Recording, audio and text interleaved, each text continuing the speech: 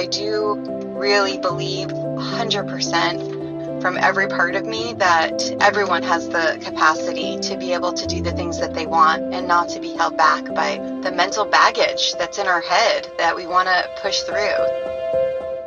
Welcome to the Do the Thing podcast. In each episode, we get down and personal with people who go after the things they want to make all their wildest dreams come true. Join us as we unveil and dissect a formula for what it takes to do the thing. Here is your host, Stacy Lauren. Hey everyone, welcome to the Do the Thing podcast. This is your host, Stacy Lauren. So this is so exciting because it's so fun when I have friends that I want to interview for the podcast. And sometimes it takes a while for me to be able to do it because we're hanging out so much. And it's sometimes hard to say, let's just do the podcast interview instead. But anyway, I have a good friend of mine on today, and I'm so excited to get you guys to hear her story. And then also I'm excited to dive in even more because what I've noticed, even though I'm close friends with people, when I get to interview them, it just kind of puts a different light into asking questions. So I get to know them even better. But I have Debra Mares here. And it's funny because she's probably one of the most humble people I've ever met in my life. Because like every time we're together, and we've known each other a couple of years now, it's like I learn new things about her every time. And she doesn't give it up willingly. She's an attorney. She's opened a nonprofit.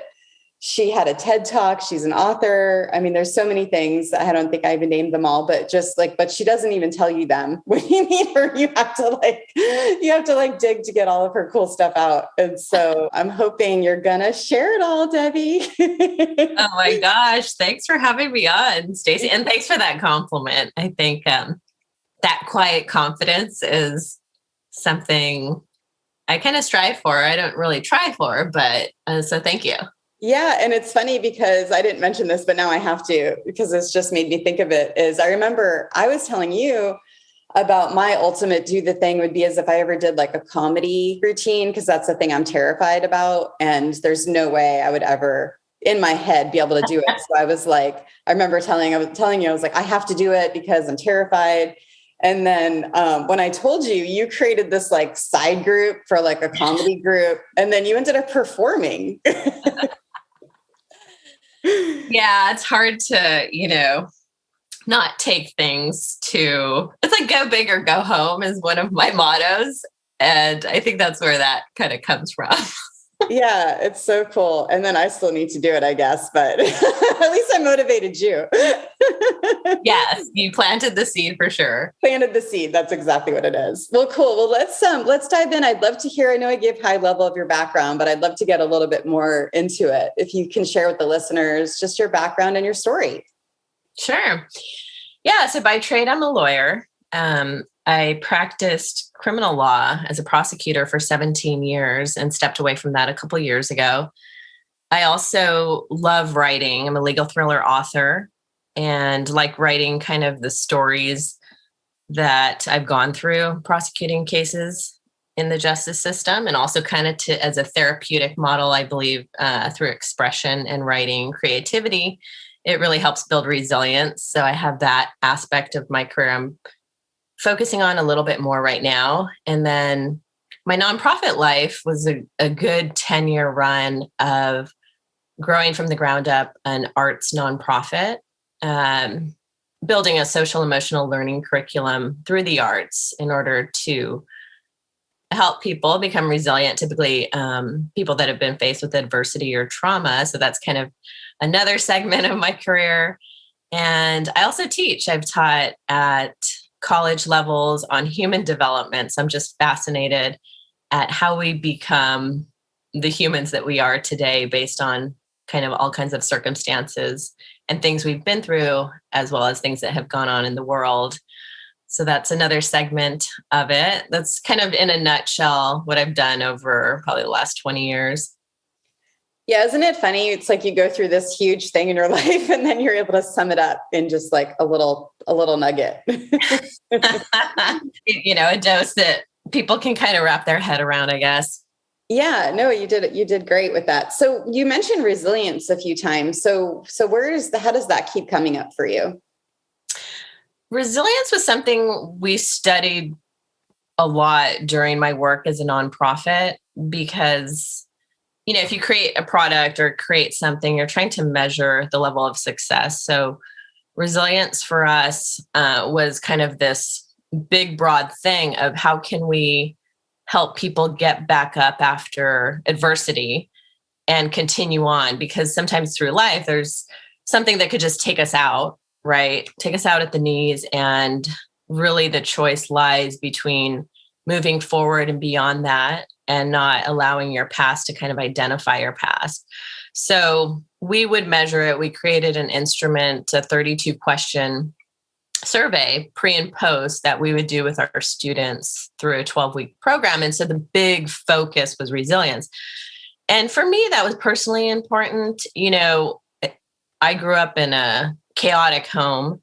And for me to get to the phase of going to college, law school, becoming a successful lawyer and that kind of thing, I've always been sort of fascinated at how is it that we can get over certain things and then get back on the right track and have second chances and go through life, just continue, because there's stuff that sort of can hit us at different phases of our life, and what controls things of, hey, I got back up really quick that time, but I struggled a long time that time. So what was missing in my kind of resilience recipe during different times of life? So I've just been, from a human development standpoint, personal challenges, have just always been super fascinated by it. Yeah. And what did you find? Did you find the recipe? Well, there's a lot in research, right? And so there's different factors of resilience. One being hope and purpose. And Viktor Frankl in Man's Search for Meaning talks a lot about this in his book, is those that lost hope in the concentration camps during the Holocaust, or maybe they thought that the war was going to be over by a certain date, like they were clinging on to something. So once that date came and passed, or they didn't have a particular purpose in the camp. Even suffering can be a purpose. Suffering, a relationship that you throw yourself into can be purpose. Something creative that you create. So a lot of entrepreneurs that go out and do something, you have to have like hope and purpose. So that's one really big key factor. Another one is peer and family support. And we all know this, just having positive peers. And you're a sum of the 5 people that you surround yourself with the most. And you need that kind of family and peer support to get you through things. Another factor is self-esteem, which was interesting to me because kind of as an awkward, teen and all those things, you're trying to build self-esteem and you can actually develop it like a muscle. So I learned that and how to be able to kind of throw yourself into building your self-esteem. Another big factor that we infused into our program was empathy. Empathy could be taught, and a lot of people who grow up with adversity or have struggles kind of become a little bit selfish out of necessity because they're basically just trying to survive through life. And we can all relate to this during certain circumstances where you really can just focus in on yourself and protect yourself because of things that are happening. So empathy is another one that can be taught to kids, to people in general, that we can continuously build that muscle. And then the 5th one, which is one of my favorites, is expression. So communication and choosing your words impeccably, even to yourself, and also being able to advocate for yourself and express. And I do that typically through several cultural arts, whether it's dance, whether it's writing creatively, and also narrative therapy, journaling, just to be able to kind of express myself. So for me, that's, those 5 factors are big. Each one deserves, a talking topic of it in and of itself, but that's kind of the wheelhouse. And when you're struggling, you can't get through kind of that moment in life, it's good to reflect on those 5 categories of what buckets are kind of empty and needing some filling at this moment. Yeah, I love that. And I love that you're using the do the thing verbiage with building muscles for these things, because I think a lot of people don't realize that you don't have to be born with something to develop this, this skill. And it's so important to look at it as a muscle, because then you're able to be patient with yourself to actually develop it over time. Yeah, I love that.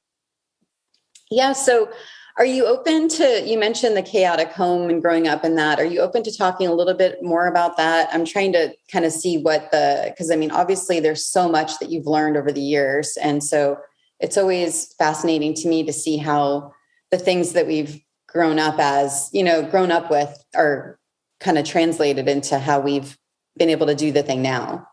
Yeah, for sure. It was a big influence in my career path, as well as my own journey of resilience. But I basically grew up in an alcoholic home that was impacted by domestic violence.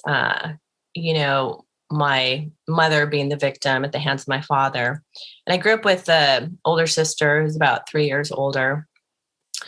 And that went on until, I later kind of questioned my mom later in life as adults, like, when did that all begin? Because typically when you grow up in that kind of home or other kind of adverse childhood experiences that people are impacted by, there's pockets of memories, stuff gets wiped out of your memory, which is kind of typical. So you have little splatters of lucidity kind of that you do recall and you do remember. That doesn't mean it didn't impact you quite the same. And so later I kind of asked my mom, and she's like, yeah, that basically was going on since the very beginning, which to me, I was able to kind of put the pieces together, like this domestic violence chaos was going on probably long before I was born. And so with that, a lot of things get impacted. I never actually saw my father abuse my mom, but I was definitely in the house and knew it was going on and could hear things and had experiences, which equally impacts, even though I'm not the one that's actually getting hit. Still impacts the brain. It's a common adverse childhood experience, and so many kids go through it. 30 million kids a year impacted by domestic violence. 1 in 3 of us and kids will grow up knowing somebody or that it has happened to. So it's very common in our society, and a lot of people are impacted by it. It definitely begins to change the way that the brain develops and the prefrontal cortex ability to manage risk. And that's where kind of these factors, right, come in. So as a kid, kind of losing that hope, it's like I'm growing up in this certain circumstance. And I remember finding a lot of refuge in school. Like, I love school, loved my teachers, felt safe in that environment, thrived in that environment, was teacher's pet. So I had that going for me. Looking back, I also had very other positive influences. My mom's friends, who were healthy adult mentors. My grandmother, Nana, my Mexican American grandmother, who helped my mom raise us as well, of taking us to, museums, cultural arts. My mom did a wonderful, wonderful job of managing kind of this situation. She had us in ballet folklorico, Mexican dancing. My father too, despite what was going on and learning later in life, kind of what he was subjected to as a kid, like in Dave Pelzer, he has a book called A Child Called It, which is, he was at the hands of his mother, one of the most horrific cases in California of abuse. And he has this quote, "Hurt people hurt." And there came a point in my life where, again, trying to understand, like, why do people get into situations that they're in or cause, these situations, and learning about my dad's kind of childhood and growing up, learning about why did my mom pick my dad, oh, that was because, she grew up in a very strict Mexican family and the only way out, her mother told her, from living at home was like in a coffin or getting married. So she got married really young to someone. It was like it was a way out. It was escape. So there came a point I began just understanding my family history and putting the pieces together, and then really coming to understand, okay, how does somebody get back on track after all the dust settles? I remember, my dad walking out the door of our house when I was about in 6th grade, around 12 years old, never to return again. And it was kind of like this big relief. I remember like, oh my gosh, thank goodness it's over. But in reality, the journey had just begun, because now it came to, okay, mom is kind of raising us on her own. I'm now exploring things like alcohol and boys and all kinds, and so kind of like the journey, the road began at a young age. It wasn't like it was over and, I'm safe now. So just a lot of self-reflection over the years, in combination of my work in the criminal justice system, right? Because people that are impacted by the same types of adversities that I'm impacted by are more likely to commit crimes, more likely to have health consequences. And Nadine Burke-Harris, who is a doctor and public health expert, has a great TED Talk on this. It breaks down the adverse childhood experiences, that the more that you're faced with, like a divorced parents, growing up with alcoholism, growing up with like all those factors, there's tons of research, that Kaiser did back in the 70s on adverse childhood experiences that kind of lay out all the odds that are kind of against you. But it's an opportunity to learn what those things are, and then put protective factors or buffers like friends and hope and purpose and all these other things in place so that you can overcome it. Yeah, that's amazing. Also, that you were really, the way that you almost found your way to healing was really getting yourself into the lens that they had at the time through their eyes and what their experience was. So then you were able to like come to terms with what that experience was like for you.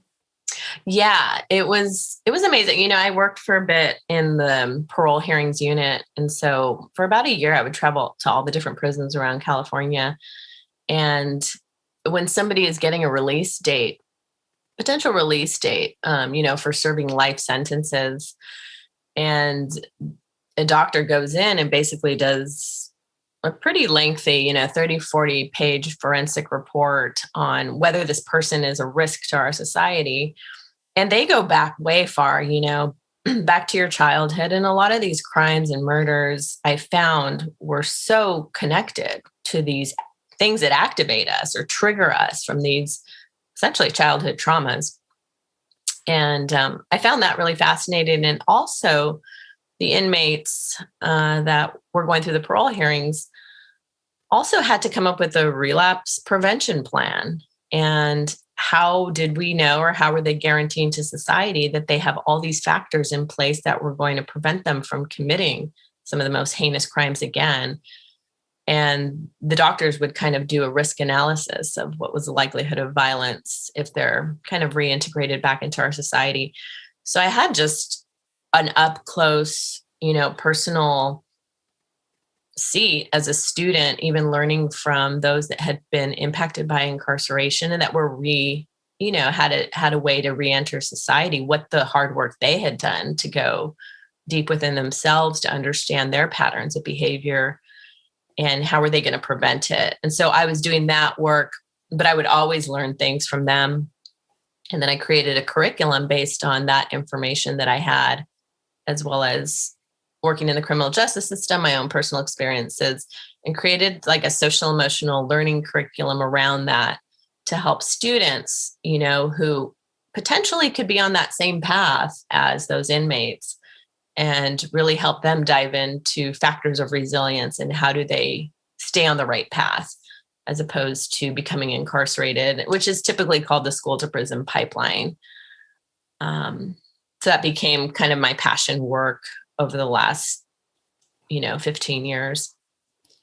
Yes. So what do you think is the big thing that is the difference between you, right, having grown up similarly to, like you said, the people that are more likely to commit crimes have had that adverse childhood experience? So is it that resilient piece and then self-reflection, as you mentioned, or is there anything else that has been a big distinction that you've discovered between the two? Yeah, I mean, there's like systems theories that kind of discuss this in more depth. Like Bronfenbrenner's ecological systems theory really takes a look at, first of all, it's time. Because, and we can all relate to this, like there's been times, let's say you go through some sort of issue as a teenager and you're able to get out of it a little bit better. Maybe it's a bullying incident that happens. And you're able to kind of bounce back a little bit more. Maybe you've got a mentor or a family member or somebody, like I'll give you an example. I got kicked out of school as a high school student, senior. And that could have been a really dark road, right? I could have been on the school to prison pipeline with that factor alone, combined with all of my other adverse childhood experiences that I had grown up with. But I had an older sister who was she was a mentor to me, and she was kind of like pulled me out of that, coached me out of that, convinced my mom to let me go to another school that had all of my best friends, old childhood best friends, and other protective factors at. And she kind of coached me through that. Had she not been there at that time, it could have gone dark. Fast forward, and, let's say now I'm in my 30s going through a divorce. And if I'm the same person, right? I have the same childhood experiences. I have the same opportunities, but fast forward, I was kind of in a slump. Maybe I wasn't willing to reach out to people, not getting therapy at that time, and so there was a lot of sort of, I was also going through a lot of stress at work with PTSD, getting death threats. And at that time and space in my 30s, the situation was very different, even though those two experiences could be equally traumatic. And so it depends what factors of those 5 factors are surrounded. It also depends on kind of what the timing is. So I like to talk about it in time of it could look completely different. But I still go back to the resilience factors of how does somebody pull themselves out, and even looking at the work of people who are impacted by incarceration and that are exiting prison. The parole board is really good about looking at similar factors. They don't quite term them the same way that I did, but that, that returning citizen has to be in AA for their sobriety. They have to have somebody that has a job lined up for them. They have to make sure that sister so-and-so, nun so-and-so is willing to take them in to her rehabilitation home. They have to make sure that they have family or friends that are going to be there. And all these are provided like in letters. So a lot of that same resiliency recipe is there, and we make sure because we know, and research and evidence has kind of showed that those factors are in place. Yeah. And I love that this came up, Debbie, because I think part of doing the thing is being able to take ownership for the things that you can control, and I think you just gave such an amazing way for people to really take control of things that have happened so then they can move forward. And whether that's going through that self-reflection and maybe not doing the thing yet until you're in alignment, or having worked through it and then being able to do the thing then, I think it's such an important piece, because it's so easy for someone to say, oh, I can't do this because of this reason. But seeing that you actually can, you just need to have the right tools to be able to move forward, to me is it's unbelievable. Yeah, no, exactly. There's something, and I like that you mentioned that. It reminds me of the serenity prayer that a lot of, it's touted in AA or Al-Anon. Al-Anon's the program, if you're impacted by people with substance abuse issues, kind of family members and stuff. It's more of a program for family members and friends. But, the serenity prayer is huge. And it's this idea that kind of grant me the wisdom to understand the difference between the things that I can control and that I cannot control, and focus all your efforts on the things that you can control.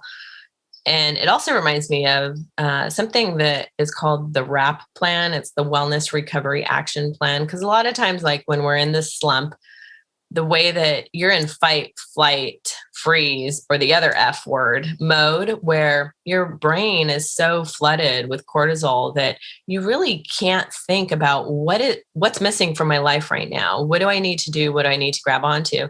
And the purpose of the WRAP plan, it's like a template. It's like a 40-page template, is that you've taken some time to really think through, what are my triggers? Where do I go? What do I do during these moments? Do I need to meditate? Do I need to take that walk? Do I need to seek out counseling? That it's actually in a written format that you can go to, because it's really difficult to kind of think about those things when you're in a slump. Oh yeah. It's like impossible, because your brain is like going through this whole crisis standpoint, and then it's figuring out how to pause for a minute so then you can actually move forward.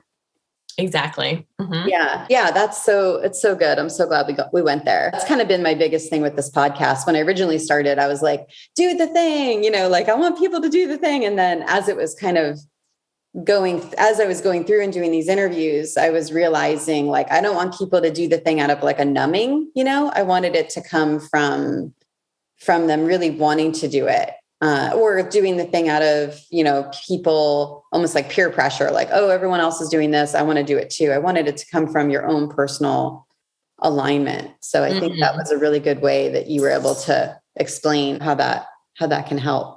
Yeah. Although I don't know if you agree with this, but sometimes doing the thing helps give us like a sense of hope and purpose. And if it's the only thing that's driving you in that moment, I believe there's a huge benefit to it, to pull you out of that slump. And it could become something amazing as well.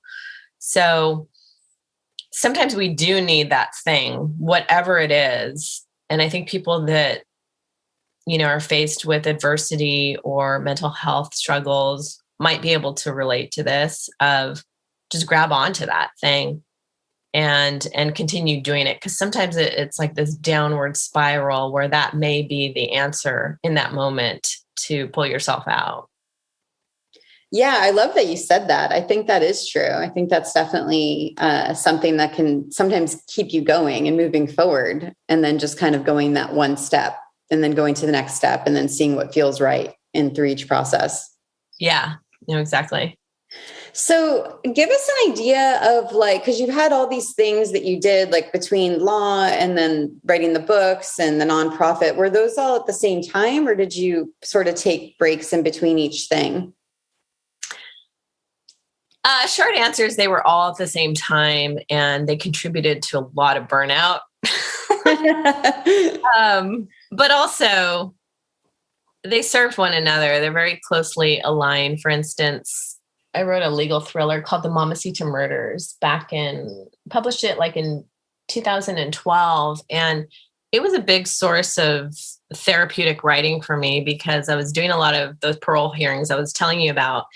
And the stuff is really gory. I had just came off a big assignment in the homicide gang unit.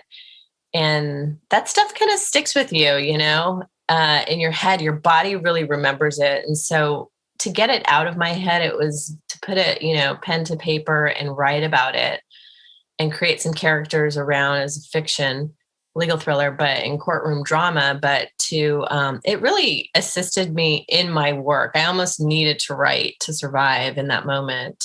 So they were all done at the same time, but they all were very useful. Also, kind of around that same time, I was getting very frustrated with the criminal justice system. I was seeing these young kids that were impacted by gangs, both getting shot and killed, as well as joining the gangs. And we would do these big trials and I would get these big awards, but it came to a certain point where I was beginning to understand it's really difficult to transform the criminal justice system. And with me in the courtroom, trying one case after another, and seeing, these kids go away for life without possibility of a chance for parole because of the way our laws are situated. And they're pretty much kids, committing crimes against kids. It was very, it wasn't the reason I got into becoming a prosecutor. And I wanted to do something that would be more impactful and contribute more to society. And so the nonprofit was born out of that period of my life of really being able to help kids stay on the right track and not be captured by this big school to prison pipeline where they're going to be in prison, in 5 years if we didn't do anything. So they all fell into place at the times that they needed to, but it would have been nice to sort of focus on one of those things. And the teaching also kind of came in, I want to say around 2017, where I had been doing all this work and seen all these things out in the field through my casework and all that kind of stuff. But teaching it actually gave a framework for words, theories that were in place that I had already seen and experienced out in the field. So that was an added layer of, yes, it was all done at the same time, but it really helped me understand the research behind human development. And it just added another layer of expertise to my work that I was doing and credibility to kind of overcome things like imposter syndrome, because I was creating a curriculum that was going into schools, juvenile halls, and prisons ultimately. And I didn't really feel like I had the credentials to be a teacher or a curriculum creator for these important things. And so that actually helped. So it all sort of fell into place. I think in hindsight, I would have probably done things a little bit slower and taken more time to create protective buffers, because ultimately, with vicarious trauma and compassion fatigue and burnout from doing all of this really heavy stuff in different categories, it all kind of took a toll on me, where I had to kind of take a hard break, probably like a couple of years ago. So I don't know, part of me wouldn't do anything different, but another part of me would have. Yeah, there's so many things that by just following your purpose, you've been able to do. And it sounds like they just compounded each other by being able to do them all really well, because each thing led to the other thing. And then you're like, okay, now I got to take a little break from this and then decide what my next thing is. Yeah. And I think it's an art to be able to know when to stop the thing, because I think our human nature is to just keep breathing life into it, because every time you do the thing, it's almost like, I don't have kids, but I would imagine it's like, you don't want to give up on it. It's your baby. It's your creation to the world. And I think it's our human nature to see it thrive. Really good entrepreneurs or people that like to start businesses can stop the thing when it makes sense. Typically that's with numbers or financials, that kind of thing. But in social work, it becomes really hard because it's not like you're measuring it in terms of financials. I mean, you can for the nonprofit world and actual business entities, but when you're doing criminal justice work or mentoring or teaching or these kinds of things, it's really difficult to know, but it's as important to know when to kind of stop the thing, maybe move on to something else, or be more strategic about, what are we trying to accomplish here? And how am I serving my passion? Like, what vehicle am I using in this moment to really get to where I want to get to? So being a little bit clear with the thing, I think is helpful to avoid things like burnout. Yeah. And I like those questions, just even for what we were talking about earlier, where sometimes, helping doing the thing can give you sense of purpose, by grabbing onto it. And I think by then asking those questions while you're in the middle of it, it's good, because then you'll be able to see if you're on the right track or not. Exactly. It reminds me, like, I have a trainer now, and I asked him, I said, can I have like a little square of that dark chocolate from Trader Joe's? I just love it. He's like, well, it depends what you're using it for. Is it like you need a pick me up, in the afternoon, or is it in lieu of something like, instead of having a glass of wine or something else, it's going to be worse for you, And so I think it's kind of that idea of like, what is it we're trying to do here? And what's the purpose of it? To really stop and ask those questions along the way, I think are important when you're doing the thing. Yeah. Yeah. I love that. So what do you think's been the hardest thing for you? I mean, it goes along those same lines as balance and self-care, because when you're doing the thing, it's a marathon. Typically, it's not a race. And so it's really being able to balance and being able to, and I always go back. I just recently lost my mom and watched her on her deathbed and was there with her till her last breaths. And so it's this reminder of, people that are on their deathbeds are not talking about all the things that they did, but they're talking about the things, that had to do with people that they loved and spending time with the people that they loved and not having regrets and living the life true to themselves. And so it's constantly reminding myself of, okay, I'm choosing this thing to do, whatever it is, start this business, get on this, health challenge, write this book, but is it something I'm going to be talking about and proud of myself at the end of life? And so I've kind of restructured things where if it's not part of that, then it's coming off the vision board or it's coming off the bucket list. And so that's the thing that was the hardest. I think if I had this perspective, over the last 10 years, I would have done things a little bit differently and not taken things so serious or had a little bit more fun doing things and chosen different paths, maybe cut the thing, whether that was practicing law or other things, cut it off a little bit sooner. Because those are things that I wouldn't have been talking about, on my deathbed. So I would say balance would be kind of the biggest struggle that I used to have. Not so much anymore. I used to say yes to everything, I was that person that was on every single board of directors and said yes to everything, that was assigned to me. And I went through a phase of, the last couple of years of forcing myself to say no to things. And that was really challenging, but it gives yourself that white space to really focus on like, what's next for me?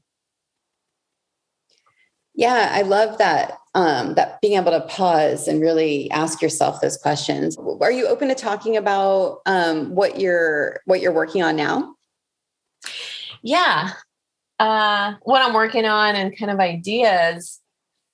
So my first legal thriller, The Mamacita Murders, I've always just loved kind of the messaging in it. I think it's still really relevant with all the criminal justice reform and going on now. And so I've always, because when my mom was passing, I was kind of thinking like, what are the things that matter? And one thing I always thought was like breathing life back into that novel, turning it into like a television series or feature film, and continuing on with the writing of that because it was designed as a series with those characters. And so I really what I have been doing is pouring myself back into my writing and working on a nonfiction as well as my first 4 years working as a prosecutor, because it's things that I wish, had I had a mentor, they would have, and I had a lot of mentors along the way. I became a successful trial lawyer and won awards around it because of, on the backs of other people who had done it before that just were very good at mentoring when it came to trial skills. But one thing I think lacked was finding this balance, right? And a lot of lawyers and other professionals go through this burnout. I think a lot of people saw it during COVID. COVID became, this kind of really big time where people could reflect of what is it that I'm doing, or what is it that I want to do, and why am I, grinding every day like this? And so I wish I had kind of, looking back, had a mentor that was very vulnerable and realistic and broke it down, because felt like there was a lifespan in what I was doing, because the work is really heavy and you're dealing with social issues and some of the worst social issues that are out there. And it becomes your world as a prosecutor. And so I would have really benefited from having a bit more balance. So in order to kind of make impact and maybe have students be able to read it in law school, or people that want to become, trial lawyers or prosecutors, have access to just like a book. So that's kind of my focus right now. I also foresee it potentially kind of turning into a foundation as well. I think there's a lot of work that could be done with vicarious trauma in our criminal justice system, just because I've seen it a lot amongst my peers. So potentially some sort of foundation, or access to mental health for professionals who are impacted by vicarious trauma daily, so that we can kind of lift them up and surround them with protective factors that I talked about earlier, and take the stigma out of it. Because a lot of times, we're big trial dogs and we don't talk about this, and we kind of go through our way, but it does take a toll. There's a reason the lifespan of a prosecutor is statistically 10 years less than the average person, because of these great pockets of stress that are impacting our lives, and we're taking on kind of the stresses that have happened to families and victims and next of kin. So that's kind of my passion work right now. I'm going with it. Like I said, I'm constantly reevaluating it. Is this where I want to throw my work? And it's also, with criminal justice reform and taking sort of any impact projects and using kind of media as a way to bring attention and awareness to some of the changes that, a lot of people want to see in the criminal justice system. So that's just one of them. Yeah, it sounds like it's going to be able to help a lot of people if that's the direction you end up going. Yeah, that's what I'm hoping for. Okay, Debbie, so the time is here. You have one piece of advice for the listeners on doing the thing. What would it be? It's got to be stay balanced. Doing the thing is a marathon, not a race. And so really take the time and calendar out your self-care and your wellness and prioritize that. It's this idea of you're on a plane and the oxygen masks fall, you've got a kid next to you, put yours on first so that you could be in a position to help others and put the, mask on others around you.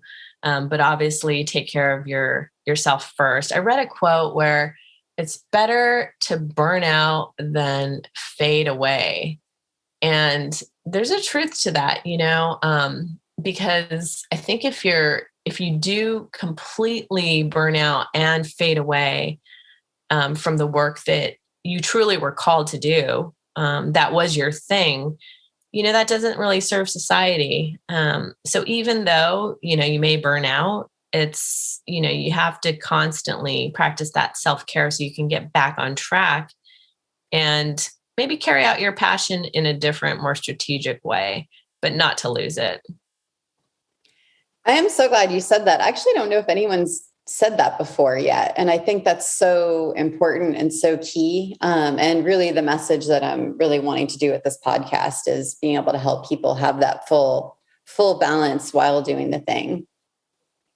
Yeah, it'll be a rocky road, and I'm not convinced that you can have it all, but I think you could certainly try. I love it. Oh, by the way, Debbie, can you share where people can learn more about you or follow along? Yeah, exactly. The organization I talked about where we do social emotional learning curriculum, it's called therightofyourlife.org, WRITE of yourlife.org. And then also I'm on Instagram under Debra Mares, DebraMares.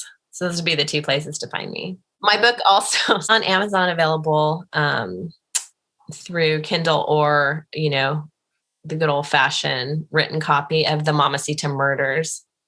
Buy the book.